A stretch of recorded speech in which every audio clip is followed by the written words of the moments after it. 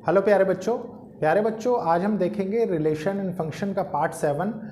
प्यारे बच्चों, आपने देखा किस तरीके से हमने प्रीवियस 6 पार्ट्स किए, जिसमें सबसे पहले फर्स्ट 5 पार्ट्स में हमने कोर एनसीईआरटी के कॉन्सेप्ट सीखे, उसके बाद उसकी एक्सरसाइज की और अब हम डोमेन एंड रेंज पढ़ रहे हैं, जिसमें लास्ट क्लास में हमने डोमेन एंड रेंज का बेसिक पढ़ा है। प्यारे बच्चों, ये एक इनिशिएटिव है उन बच्चों के लिए जो बच्चे महंगी पढ़ाई नहीं अफोर्ड कर सकते, प्लस एक अच्छी अपॉर्चुनिटी उन बच्चों के लिए भी है जो बच्चे 11-12 तो अपना अच्छा कर ही रहे हैं, साथ साथ वो आईआईटी या स्टेट इंजीनियरिंग एंट्रेंस एग्जामिनेशंस की भी प्रिपरेशन कर रहे हैं। आप देख रहे होंगे कि सारे कॉन्सेप्ट्स में बहुत इजीली प्लस बहुत ही सिस्टमेटिकली वे में आपके साथ डिस्कस कर रहा हूँ। मैंने आपको लास्ट क्लास में कहा था कि इस क्लास में हम डोमेन एंड रेंज स्टार्ट करेंगे। डोमेन एंड रेंज तो ऑलरेडी लास्ट क्लास में स्टार्ट हो चुका है, जिसमें हमने सिर्फ बेसिक देखा, ठीक है। लेकिन इस क्लास में हम बिल्कुल core domain and range start करेंगे विद क्वेश्चंस। देखिए, सबसे पहले आपको डोमेन एंड रेंज से पहले क्या सीखना है। आप जानते हैं कि डोमेन एंड रेंज जो हम पढ़ते हैं, ठीक है, डोमेन एंड रेंज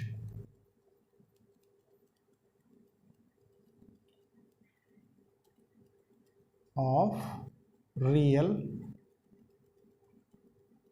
function।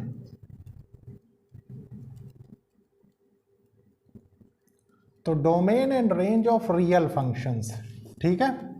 सबसे पहले देखिए फंक्शन क्या होता है, ठीक है।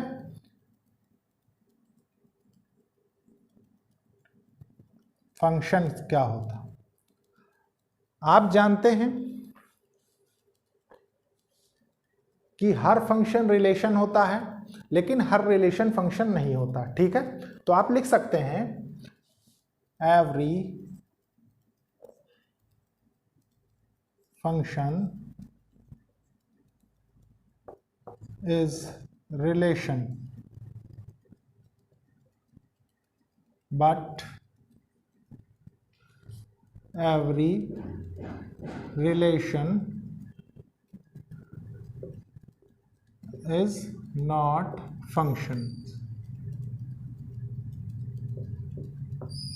प्यारे बच्चों, जो मैंने आपको बताया एनसीईआरटी वाला कॉन्सेप्ट, वो तो है ही, मतलब उसमें भी यही चीज़ मैंने बताई, कोई डिफरेंट चीज़ तो नहीं बताई। लेकिन वहाँ पे यहाँ पे क्या फ़र्क है, देखिए, उसमें हमने डोमेन एंड रेंज जो फाइंड करना सीखा, वो उन नंबर्स का सिर्फ या उन फंक्शंस का सिर्फ सीखा जो कि आपने देखा कि दोनों सेट में बहुत इजीली हम समझा सकते थे, ठीक है। यहाँ क्या है कि एक जनरलाइज्ड फॉर्मेट है। मान लीजिए कोई फंक्शन आपको दे दिया गया, वो इन्फिनाइट नंबर्स के लिए ट्रू है, तो आप एक एक का मैपिंग थोड़ी करके बताएंगे, तो वो चीज़ है, उसके लिए हमें ये प्रोसेस अडॉप्ट करना पड़ता है। तो देखिए, आपने देखा, देखिए मान लीजिए एक रिलेशन मेंशन है, ठीक है। रिलेशन है किसके बीच, x और y के बीच, such that y equals to x plus 3, ठीक है। ये है where x y belongs to real number, ठीक है। अब देखिए प्यारे बच्चों, एक चीज में बिल्कुल नहीं कंफ्यूज होइएगा, क्या ये R आपको रिलेशन बता रहा है, ठीक है। रिलेशन किसके किसके बीच, x y के बीच, ठीक है। और ये क्या है, ये R क्या बता रहा है, रियल नंबर, ठीक है, कि वो रियल है। अब देखिए एक बार फिर से पढ़ेंगे। देखिए ये रिलेशन है, एक्स वाई एक ऑर्डर पेयर है जिसमें y equals to x plus 3 है, where x y belongs to real number, ठीक है। अब मान लीजिए अगर इस रिलेशन को फंक्शन होना है तो इसकी बेसिक चीज क्या है, बेसिक रिक्वायरमेंट। बेसिक रिक्वायरमेंट्स आपको जब मैंने मैपिंग करना बताया था, देखिए मैपिंग करना बताया था, तो मैंने कहा था आपसे कि हर एक एलिमेंट्स की एक पर्टिकुलर इमेज होगी, ठीक है। ये इमेज होती थी, ये प्री इमेज होती थी, या आप मान लीजिए इसको हम एक्स से डिनोट करते थे, इसको वाई से या ए और बी से, जो भी आपको समझना है समझ सकते हैं, ठीक है। तो एक एलिमेंट की एक इमेज होती थी, ये आप जान गए, ये दो सेट होते थे। अब देखिए आप गौर ये करिए कि मान लीजिए एक्स की कोई भी वैल्यू, यहाँ पे देखिए x की कोई भी वैल्यू आप रखते हैं तो y की सिर्फ एक ही वैल्यू आपको मिलेगी, ठीक है, यहाँ पे y की एक ही वैल्यू मिलेगी। तो ये रिलेशन फंक्शन है, इस चीज़ से हमें पता लगता है क्योंकि हर एक एलिमेंट की एक ही इमेज बन रही है, ठीक है। तो आप इसको क्या कर सकते हैं, आप इसको लिख सकते हैं, फंक्शन है ये, देखिए फंक्शन एक्स वाई, ठीक है, एक्स से वाई एक फंक्शन बन रहा है such that y equals to x plus 3, ठीक है, ये हो गया, ये एक फंक्शन हो गया। अब ये एक फंक्शन है, ये भी आपने जान लिया। अब इसको हमें अब कैसे पढ़ना है, मतलब इतनी दोनों चीज़ें तो आप जानते ही हैं, ये दोनों चीज़ें, ठीक है। अब हमको कैसे पढ़ना है कि मान लीजिए ये एक्स वाई जो दिया हुआ है आपके पास, ठीक है, ये बिलोंग कर रहा है किसको, इस फंक्शन को। आप देख रहे हैं फंक्शन को हम स्मॉल f से डिनोट करते हैं, ठीक है। तो आप बहुत इजीली क्या कह सकते हैं कि देखिए जब f ऑफ x करें आप, मतलब ये एलिमेंट ऑफ x पे आप कोई फंक्शन लगाएं, ठीक है, तो वो एक ही इमेज दे, मान लीजिए y, ठीक है, तो ये क्या कहलाएगा, ये function f of x equals to y, ठीक है। अब देखिए, अब जो भी आपको कंडीशंस देखने को मिलेंगी, ठीक है, वो कंडीशंस इसी टाइप की देखने को मिलेंगी। बस फर्क क्या होगा कि देखिए जब डोमेन आप फाइंड कर रहे होंगे तो f of x equals to y के बदले मान लीजिए ये वैल्यू हम रख के फाइंड करेंगे, ठीक है।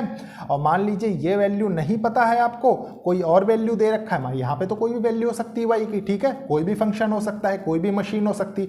फंक्शन को आप मशीन भी मान सकते हैं, मतलब कैसे, देखिए मान लीजिए ये पर्टिकुलर मशीन है, ठीक है, जिसमें आपको कहा गया कि y equals to x plus 3 है, देखिए x प्लस 3, ठीक है, यहाँ से x का इनपुट आप ले रहे हैं जो कि x में मान लीजिए 1 आया, तो ये टोटल आउटपुट आपको क्या देगा, 4 दे देगा, ठीक है। फिर मान लीजिए आपने इनपुट 2 का दिया तो ये कितना हो जाएगी, 5 हो जाएगा, ठीक है। मतलब देखिए एक इनपुट एक आउटपुट, एक इनपुट एक आउटपुट, एक एलिमेंट एक इमेज, एक एलिमेंट एक इमेज, ठीक है। बहुत अच्छे से क्रिस्टल क्लियर आप समझ गए, ये क्या है, ये फंक्शन है, ठीक है। तो आपको हर चीज क्रिस्टल क्लियर रहनी चाहिए, सिर्फ इसलिए मैंने दोनों तरीके से बताया, ठीक है। अब देखिए मान लीजिए हम इसी पे बेस्ड एक प्रॉब्लम ले लें, ठीक है, तो देखिए कैसे होगा, इसको मैं रब कर देता हूं।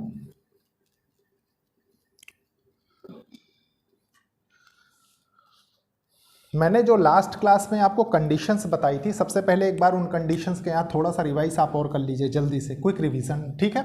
देखिए मान लीजिए रूट f ऑफ x दिया हुआ है आपको, ठीक है, is real when f of x is greater than equals to 0, एक कंडीशन थी लास्ट क्लास में, ठीक है। दूसरी कंडीशन क्या थी, मान लीजिए 1 बाय f ऑफ x हो, तो ये कब होगा, is real when f of x is not equals to 0, ठीक है। अब देखिए एक कंडीशन और मैंने बताई थी आपको, रूट f ऑफ x, ठीक है, तो ये कब होगा, इज रियल, इसमें दोनों कंडीशन ऊपर वाली क्लब्ड हो जाती हैं, ठीक है, when f of x is not equals to 0, क्योंकि ये डिनोमिनेटर में है, ठीक है, और f of x is greater then 0 होना चाहिए, ठीक है, क्योंकि अगर इक्वल्स टू 0 हो जाता तो ये मतलब 0 हो जाता और 1/0 नॉट डिफाइंड इन्फिनिटी हो जाता, ठीक है। तो आप इसको लिख सकते हैं, यही वाली कंडीशन आप नोट कर सकते हैं, कोई दिक्कत नहीं। और जब इन दोनों का कॉमन रिजल्ट हम लिखा करते थे तो क्या होता था, f of x is greater then 0, ठीक है, ये होता था रिजल्ट। तो ये कंडीशन आपको ध्यान रखनी है, ठीक है। अब मान लीजिए आपको मैं इसी क्वेश्चन को पहले क्वेश्चन के फॉर्मेट में लिख देता हूं इसको रब करके, उसके बाद मैं इन कंडीशंस के थ्रू आपको क्वेश्चन सॉल्व करके दिखाता हूं, ठीक है। ये था बेसिक जो आपको सीखना जरूरी था डोमेन एंड रेंज के लिए। देखिए प्यारे बच्चों, ये क्वेश्चन है, बहुत ही अच्छा क्वेश्चन है। सबसे पहले हम क्वेश्चन को रीड करेंगे, समझेंगे, फिर सॉल्व करेंगे, ठीक है। देखिए क्वेश्चन क्या कह रहा है, find the domain and range of real function f of x equals to x plus 3, ठीक है। तो मान लीजिए हमें क्वेश्चन में दिया है कि f of x equals to x plus 3, ठीक है, इसका हमको डोमेन एंड रेंज फाइंड करना है, ठीक है। तो जब कभी ऐसा कोई फंक्शन दिखाई दे तो आप सबसे पहले अपने आप से एक क्वेश्चन करिए, ठीक है। क्वेश्चन क्या करेंगे आप कि मैं x की ऐसी कौन सी वैल्यू रखूं कि f ऑफ x रियल आ जाए, ठीक है, एक तो ये क्वेश्चन करिए। दूसरा एक क्वेश्चन और करिए कि x की ऐसी क्या वैल्यू रखूं कि f ऑफ x डिफाइन हो जाए। ठीक है, ये दो क्वेश्चन करिए अपने आप से, तो आपका automatically domain and range clear हो जाएगा। कैसे, देखिए, अब देखिए, मान लीजिए आप जानते हैं कि सिर्फ ये रियल वैल्यूज के लिए ही सॉल्व किया जाता है डोमेन एंड रेंज, इतना आप अच्छे से क्लियरली जानते हैं। उसका रीजन है कि सॉरी, अगर रियल वैल्यूज के लिए सिर्फ ना सॉल्व हो रहा होता तो आप एक चीज गौर करिए कि हमको यहाँ पे ये तो कोई जरूरी नहीं था ना कि यहाँ सिर्फ पॉजिटिव वैल्यू ही चाहिए, हम नेगेटिव लेके इसको इमेजिनरी लाके भी सॉल्व कर लेते हैं। ठीक है, तो हम ये चीज़ बहुत अच्छे से जानते हैं कि सिर्फ ये रियल वैल्यूज के लिए ही डिफाइंड होते हैं। ठीक है, तो हम देखिए क्या करेंगे, सबसे पहले बहुत अच्छे से समझेंगे, उसके बाद सॉल्व करेंगे। ठीक है, एक्स की कौन सी ऐसी वैल्यू रखें कि एफ ऑफ एक्स डिफाइन हो जाए, एक्स की ऐसी कौन सी ऐसी वैल्यू रखें कि एफ ऑफ एक्स रियल आ जाए। कोई भी वैल्यू रख सकते हैं हम। कैसे, देखिए, मान लीजिए x की वैल्यू मैंने 1 रख ली। ठीक है, तो 1 + 3 = 4 हो गया। ठीक है, ये सिर्फ आपको समझाने के लिए। ठीक है, मान लीजिए 2 रख दी, इसको ये 3 है तो ये 5 हो गया। मान लीजिए इसमें -1 रख दिया तो ये +3 है तो ये कितना हो जाएगा 2। मान लीजिए इसको -3 रख दिया, +3 है ये तो ये क्या हो जाएगा 0। आप ये बहुत अच्छे से देख रहे हैं कि सारी क्या है, रियल वैल्यूज ही हैं, रियल वैल्यूज। ठीक है, तो इसका मतलब क्या है कि f of x defined for all real values of x। तो आप कह सकते हैं f of x is defined for all real values of x, मतलब डोमेन ऑफ ए फंक्शन। ठीक है, डोमेन ऑफ ए फंक्शन क्या है बताइए, खुद देख के बताइए, अब तो कोई कंफ्यूजन नहीं होनी चाहिए। ठीक है, domain of a function is real number. ठीक है, और इसको कई जगह ऐसे भी लिखा जाता है कि मान लीजिए x belongs to real number. तो ये दोनों केसेस ठीक हैं। ठीक है, कोई दिक्कत नहीं, जिस भी फॉर्मेट में आंसर हो आप लिख सकते हैं। अब देखिए, इसके बाद ये था हमारे लिए फॉर डोमेन। ठीक है, अब देखिए फॉर रेंज देखते हैं, फॉर रेंज। ठीक है, रेंज के लिए क्या है, आप जानते हैं कि let y = f of x होता है। ठीक है, f ऑफ x की वैल्यू हमें पता है बहुत अच्छे से, क्या है देखिए, y = x + 3। अच्छा, ये भी आप जान गए। अब प्यारे बच्चों थोड़ा सा एक चीज समझने की कोशिश करिए रफली। ठीक है, ये भी जनरली टीचर्स नहीं बताते, लेकिन मैं आपको बताना पसंद करूंगा। देखिए, मान लीजिए ये x एक्सिस है। ठीक है, ये -x एक्सिस है, ये -y है, ये y है। ठीक है, आप इनको चाहे इन्फिनिटी के रूप में जान लीजिए, चाहे कैसे भी, वो आपकी समझने के ऊपर है। ठीक है, अब आप एक चीज बताइए, मान लीजिए ये हमने जान लिया कि x कोई भी रियल नंबर हो सकता है। ठीक है, इस फंक्शन को डिफाइन करने के लिए, मतलब कोई भी नंबर, तो x का कोई भी नंबर तो यहां होगा ना। अब हमें y के लिए डिफाइन करना है, तो y के लिए मान लीजिए कोई कर्व ऐसे बना लीजिए, तो ये तो कुछ y की वैल्यू भी तो ये ले रहा होगा, है कि नहीं। तो वो चीज अब हमको निकालनी है, मतलब y की वैल्यूज। तो y की वैल्यूज लेना होगा, वो भी x के बेस पे। तो मतलब कैसे करेंगे हम इसको, सबसे पहले x की वैल्यूज को हम चेंज करेंगे y के रिस्पेक्ट में, तभी तो हम निकाल सकते हैं। ठीक है, तो हम क्या करेंगे, देखिए x = y - 3। ठीक है, ये कर दिया। अब फिर अगेन वही क्वेश्चन करिए अपने आप से। ठीक है, कि y की ऐसी क्या वैल्यू रखें कि x की वैल्यू रियल आ जाए, या y की ऐसी क्या वैल्यू रखें कि x को हम डिफाइन कर सकें। ठीक है, या डिफाइंड हो x। तो आप क्या पाते हैं, देखिए अब यहाँ पे चेक भी कर सकते हैं आप। मान लीजिए 1 रखिए, -3 है तो ये क्या हो जाएगा -2। मान लीजिए यहाँ पे आपने 2 रखा तो ये -3 है तो ये क्या हो जाएगा -1। फिर आपने 3 रख दिया, 3 - 3 ये क्या है 0। तो आप देख रहे हैं ये क्या है, ये सबके लिए डिफाइंड है, मतलब ये रियल वैल्यूज कंटेन करेगा। ठीक है,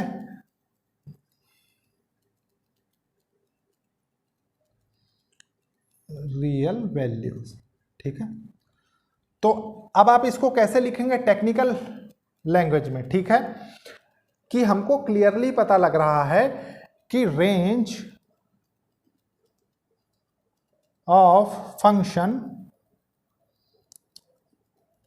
या रेंज ऑफ फंक्शन जैसे ऐसे लिख रहे हैं, ठीक है, range of function equals to real और y बिलोंग्स टू रियल। दोनों तरीके से ये क्वेश्चन सही है, ठीक है, चाहे आप जैसे लिख लीजिए। तो मतलब आपने प्रूव कर दिया कि इसका डोमेन ये होगा, रेंज ये होगी, ठीक है, और आपको ग्राफिकल वे से भी मैंने समझा दिया कि इस तरीके से आप मोटी अंडरस्टैंडिंग बना सकते हैं, ठीक है। अभी इस पे बेस देखते हैं कुछ और क्वेश्चंस। प्यारे बच्चों, कुछ और क्वेश्चंस नहीं, पहले सबसे पहले मैं इसका ये वाला फॉर्म आपको लिख के दिखाता हूं, ठीक है, ये वाला, ताकि आपको थोड़ी सी अप्रोच आपकी और अच्छी हो, ठीक है। उसके बाद हम देखेंगे नेक्स्ट क्वेश्चंस और फिर हम वैरायटी ऑफ क्वेश्चंस देखते चलेंगे। देखिए प्यारे बच्चों, आप देख रहे होंगे कि लास्ट क्वेश्चन की तरह ही क्वेश्चन है, बस डिफरेंस क्या है, डिफरेंस यह है कि x+3 इसमें डिनोमिनेटर में लिखा है, ठीक है। तो सबसे पहले हम फंक्शन को नोट करते हैं सेपरेटली। देखिए f of x equals to 1/x+3, ठीक है। अगेन देखिए, इस पूरे टर्म को रियल बनाने के लिए x की ऐसी क्या वैल्यू रखें कि f of x रियल हो जाए, तभी ये रियल बनेगा, ठीक है। या x डिफाइंड कब होगा f of x के लिए, x की ऐसी कौन सी वैल्यू होगी जिससे f of x डिफाइंड हो, ठीक है। तो आप क्लियरली लिख सकते हैं, देखिए ये कंडीशन देखिए आपकी 1/f of x is real when f of x is not equals to 0, ठीक है, ये कंडीशन यहां पे लगेगी। तो आप लिख सकते हैं फॉर डोमेन, ठीक है। देखिए f of x is defined for all real values except, देखिए एक्सेप्ट क्या, कौन सी वैल्यूज हैं जिन पे डिफाइंड नहीं होगा, ठीक है। तो आप एक चीज गौर करिए कि जो इस पे नहीं डिफाइंड होंगे वही तो ये वाली कंडीशन है f of x is not equals to 0, क्योंकि 1/0 अगर वो हो गया तो इन्फिनिटी या नॉट डिफाइंड फॉर्म में आ जाएगा, ठीक है। तो वो वाली कंडीशन हमको अवॉइड करनी है। तो अब हम क्या करेंगे, देखिए f of x equals to, मतलब x की ऐसी क्या वैल्यू रखें कि f of x डिफाइंड हो जाए। तो जाहिर सी बात है कि मान लीजिए डिफाइंड तो हमें बहुत बड़े लार्ज स्केल पे करना है, जो जो टर्म्स हमको मिले सबके लिए डिफाइंड करना है। तो सीधी सी बात है, अगर थोड़ी सी टर्म्स है जिस पे नहीं डिफाइंड हो रहा है तो हम उसको करके बाकी सबके लिए कर देते हैं, ठीक है। तो देखिए वही करेंगे, हम वाली कंडीशन लगाते हैं। मान लीजिए x+3 is not equals to 0, ठीक है। तो x is not equals to -3, मतलब कि डोमेन ऑफ फंक्शन क्या हो जाएगा, domain of function is real number except किस पे, -3 पे, ठीक है। तो आप कह सकते हैं domain of a function f is real except किस पे, -3 पे, ठीक है। या आप कह सकते हैं कि डिफाइंड हो रहा है सब जगह सिवाय -3 को छोड़ के। उसका रीजन है कि -3 रखेंगे तो -3 + 3 1/0 की फॉर्म बना देगी, जो कि नॉट डिफाइंड हो जाएगी, ठीक है। अब देखिए ये डोमेन आपने फाइंड किया। अब मान लीजिए फॉर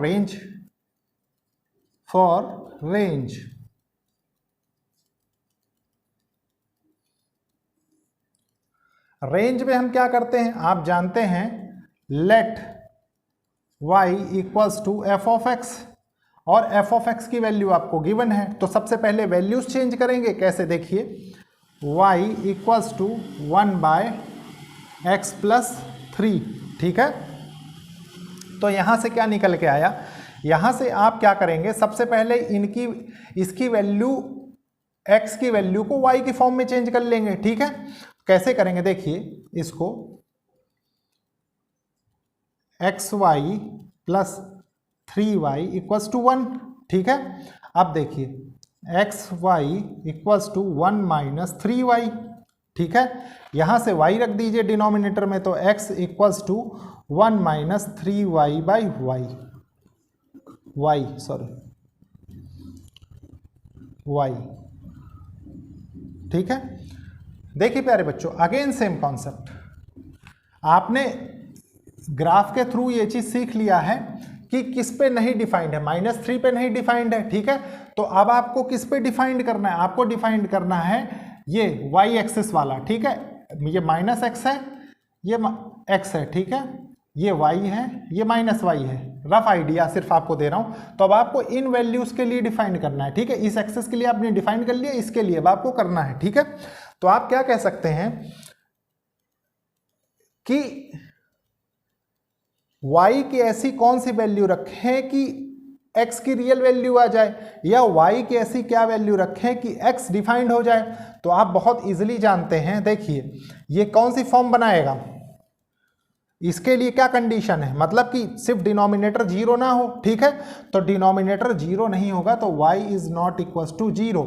मतलब आप बहुत इजीली कह सकते हैं कि रेंज ऑफ फंक्शन किसी भी रियल वैल्यू के लिए सही होगा एक्सेप्ट 0 को छोड़ के। ठीक है, तो ये आपकी इस फंक्शन की रेंज हो गई।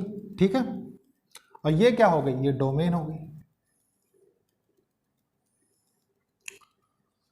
तो ये चीजें हैं प्यारे बच्चों जो आपको बहुत क्रिस्टल क्लियर समझ में आनी चाहिए। अगेन सिर्फ दो ही चीज है इसमें मेन, क्या, एक तो ये प्रॉपर्टीज आप रट लें। ठीक है, मतलब थोड़ा सा अंडरस्टैंडिंग रखिए, रटने की क्या बात है, मगर तो बहुत सारी चीजें करनी पड़ती हैं आपको। ठीक है, तो और जब भी कभी कोई फंक्शन आए तो हमेशा एक चीज ध्यान रखिए कि x की ऐसी क्या वैल्यू रखें कि f ऑफ x रियल आ जाए, या x की ऐसी कौन सी वैल्यू रखें कि f ऑफ x डिफाइंड हो। अगेन y की ऐसी कौन सी वैल्यू रखें कि x डिफाइंड हो, या और y की ऐसी कौन सी वैल्यू रखें कि x की रियल वैल्यूज आ जाएं। तो आपने देखा कि डिनोमिनेटर 0 नहीं होना चाहिए, तो y is not equal to 0 आपने क्लियरली मेंशन कर दिया। ठीक है, और अगर y 0 नहीं है तो रियल सारी वैल्यूज के लिए रियल है एक्सेप्ट 0 को छोड़ के। ठीक है, तो आपने देखा कि ये था एक कंप्लीट क्वेश्चन जो कि दोनों तरीके से मैंने आपको समझाया। ठीक है, अब इसके बाद मैं एक आपके साथ रूट का क्वेश्चन लेके डिस्कस करता हूं। देखिए प्यारे बच्चों, ये क्वेश्चन है, ठीक है, ये रूट का क्वेश्चन है। सबसे पहले इसको रीड करेंगे, समझेंगे, फिर सॉल्व करेंगे। देखिए क्या कह रहा है, find the domain and range of real function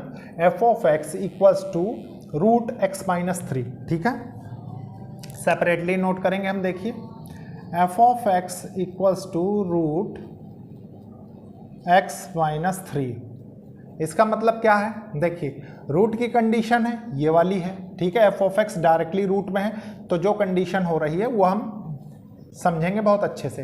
लेकिन इसमें एक चीज और समझनी है, क्या मैंने आपको बताया ना, कभी भी ऐसा क्वेश्चन आए तो दो क्वेश्चन अपने आप से कीजिए। क्या, x की ऐसी क्या वैल्यू रखें कि f ऑफ x रियल आ जाए। ठीक है, और x की ऐसी क्या वैल्यू रखें कि f ऑफ x डिफाइन हो। ठीक है, फिर उसके बाद उसका आंसर क्या लिखेंगे कि फॉर डोमेन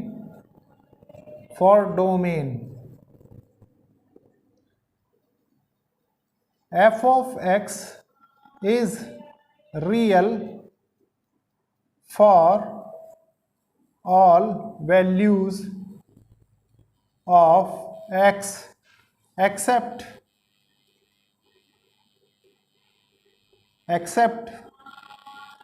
x माइनस 3। ठीक है, इसका मतलब क्या है, ये वाली कंडीशन आपने बता दी ना। ठीक है, तो x is greater than equals to 3। तो यहां से आपको डोमेन पता लग गई। डोमेन क्या होगा, देखिए डोमेन ऑफ फंक्शन, ठीक है, 3 से लेके इंफिनिटी तक, मतलब x is greater than equals to 3 है। ठीक है, तो मतलब क्लोज इंटरवल के साथ आएगा 3 से लेके इंफिनिटी तक। ठीक है, ये हो गया आपका डोमेन ऑफ दिस फंक्शन 3 से इंफिनिटी। अब देखिए, और इसको बहुत जगह ऐसा भी बोला जाता है x बिलोंग्स टू 3 से इंफिनिटी। ठीक है, तो लिखने के तरीके में सिर्फ फर्क है, कोई दिक्कत नहीं है। ठीक है, आप कैसे भी इसको मेंशन कर सकते हैं। तो ये हुआ डोमेन। अब आपको रेंज चाहिए, तो आप लिखिए फॉर रेंज। ठीक है, रेंज के लिए क्या लिखेंगे, रेंज के लिए लिखेंगे आप यहां से कुछ चीजें, कॉन्सेप्ट बहुत अच्छे से सीख सकते हैं। क्या, देखिए let y equals to f of x होता है, ये आप जानते हैं। ठीक है, तो एफ ऑफ एक्स की वैल्यू आप क्या निकालेंगे, देखिए एफ ऑफ एक्स की वैल्यू आपको दी हुई है ना, देखिए एक्स माइनस 3, ठीक है, वाई। अब मैंने आपको बताया है कि x को पहले चेंज करिए y के फॉर्म में, तो बहुत इजीली आप चेंज कर लेंगे। कैसे, देखिए आपने स्क्वायर कर दिया तो ये हो गया y square equals to x minus 3, squaring both side से, ठीक है। उसके बाद इस 3 को इधर ऐड कर दिया तो ये क्या हो गया, वाई स्क्वायर प्लस 3। इतना आप समझते हैं। यहां से एक कंडीशन आपको मिल रही होगी, आप ध्यान रखिए, क्या कि y की सिर्फ वही वैल्यूज मान्य होंगी जो कि रियल होंगी। कैसे, और पॉजिटिव होंगी। बहुत इजीली, कैसे आप समझने की कोशिश करिए। ये कंडीशन देखिए ना, ये वाली, ठीक है, वही कंडीशन तो यहाँ बन रही है कि y के लिए वही वैल्यूज x की मिलेंगी हमको। तो मतलब y की हम कोई भी वैल्यू रखेंगे तो पॉजिटिव होगी और रियल होगी, ठीक है। तो आप क्या करेंगे, देखिए यहाँ से बहुत इजीली समझेंगे। देखिए ये टर्म जो है, ठीक है, और ये टर्म जो है, इस टर्म को रियल चाहिए इस टर्म के लिए, मतलब ये टर्म रियल चाहिए इस टर्म के लिए, मतलब y की वो वैल्यूज चाहिए जो x को डिफाइन करे रियल में, ठीक है। तो आप क्या करेंगे, आप जानते हैं, देखिए यहां से देखिए, ठीक, ग्रेटर एंड इक्वल्स टू 3, मतलब अगर ये 3 से और 3 से बड़ा है और 3 के बराबर है, ठीक है x, तो इसका मतलब ये जो है ये भी 3 से बड़ा होगा, है कि नहीं, और 3 के बराबर होगा। तो आप इसको डायरेक्टली लिख सकते हैं, देखिए y square plus 3 is greater than equals to 3। ये 3 इधर चला जाएगा तो देखिए क्या हो जाएगा, y square is greater than equals to, आप समझने की कोशिश करिए सीधा सीधा, y square equals to greater than, sorry, y square greater than equals to 0 है, ठीक है। तो आप y की कोई भी वैल्यू रखिए, मान लीजिए आपने y की वैल्यू इसमें 2 रख दी तब भी 4 आएगा, -2 रख दी तब भी 4 आएगा, 3 रख दी तब भी 9 आएगा, -3 रख दी तब भी 9 आएगा, 4 रख दिया तब 16 आएगा, -4 रख दिया तब भी 16 आ जाएगा। लेकिन आपको इस कंडीशन को देखना है ना कि आप सिर्फ पॉजिटिव ले रहे हैं, मतलब ये जो फर्स्ट कंडीशन है, तो पॉजिटिव लेने के लिए हमको क्या लेना पड़ेगा, सिर्फ यहाँ से, क्योंकि इसमें दोनों आ रही, तो आपने जब इसको y is greater than equals to 0 किया तो आपको क्या कंडीशन मिली, ये वाली कंडीशन आपकी फुलफिल हो गई ना, y बिलोंग्स टू सिर्फ रियल नंबर्स पॉजिटिव वाले। तो देखिए अब यहाँ पे कोई भी लेंगे, देखिए यहाँ पे सिर्फ ये कंडीशन तभी फुलफिल होगी ग्रेटर देन इक्वल्स टू 0 वाली, जब यहाँ पे सिर्फ y की आप पॉजिटिव वैल्यूज लेंगे, ठीक है। तो पॉजिटिव वैल्यूज लेंगे तो इसको लिखेंगे क्या आप, देखिए रेंज ऑफ फंक्शन, ठीक है, इज y की वैल्यूज 0 के बराबर हैं, तो 0 से लेके इन्फिनिटी तक, क्योंकि पॉजिटिव वैल्यूज लेनी, तो ये हमारे पास रेंज ऑफ फंक्शन आ गया, ठीक है।